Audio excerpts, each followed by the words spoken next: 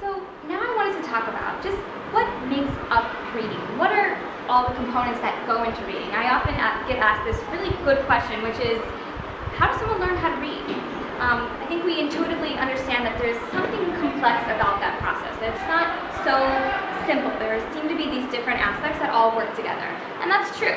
So I wanted to show all of you this analogy of this rope, and I want you, before I talk about it, I want you to just look at it and see if you can make any connections and see what do you think this is trying to say about reading through this analogy. Yeah, Aditi? I think it's trying to say that background knowledge, vocabulary, and like the different structures of language come together to help you read. Yes, you're exactly right. Aditi's exactly right.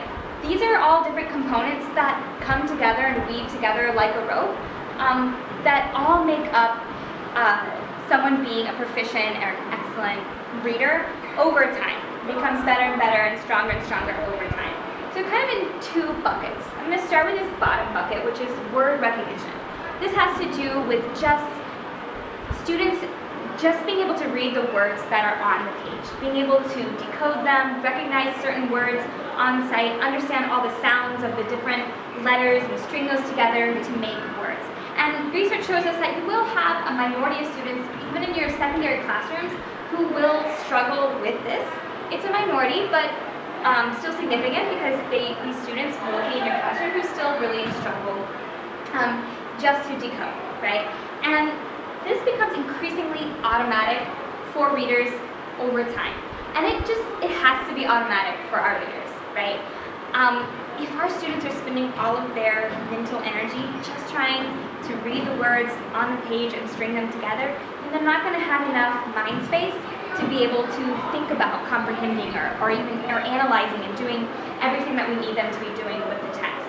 Which leads me to talk about language comprehension, which is everything at the top here that becomes increasingly strategic. It's not so much about automaticity as it is using these different strategies, if you will, in different contexts at different times for different purposes.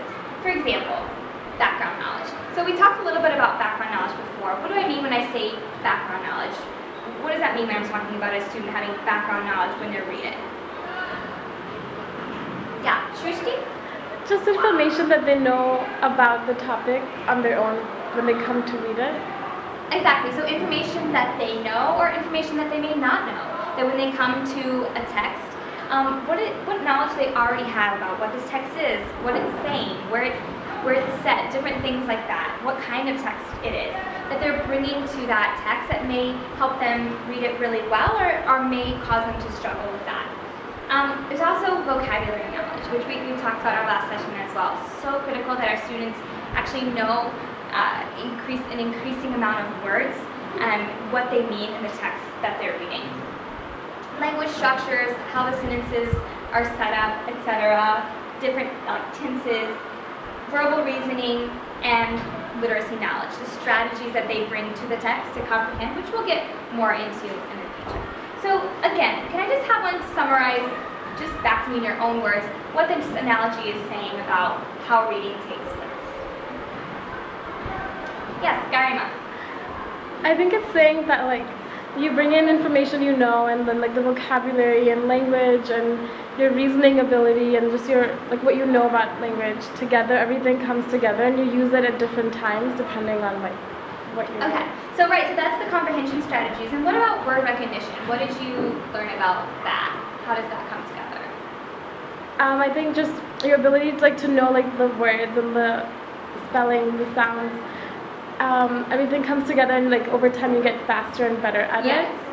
Right. So exactly. So that word recognition has to do with being able to read quickly and easily and accurately the words on the page with more and more accuracy and being automatic about it.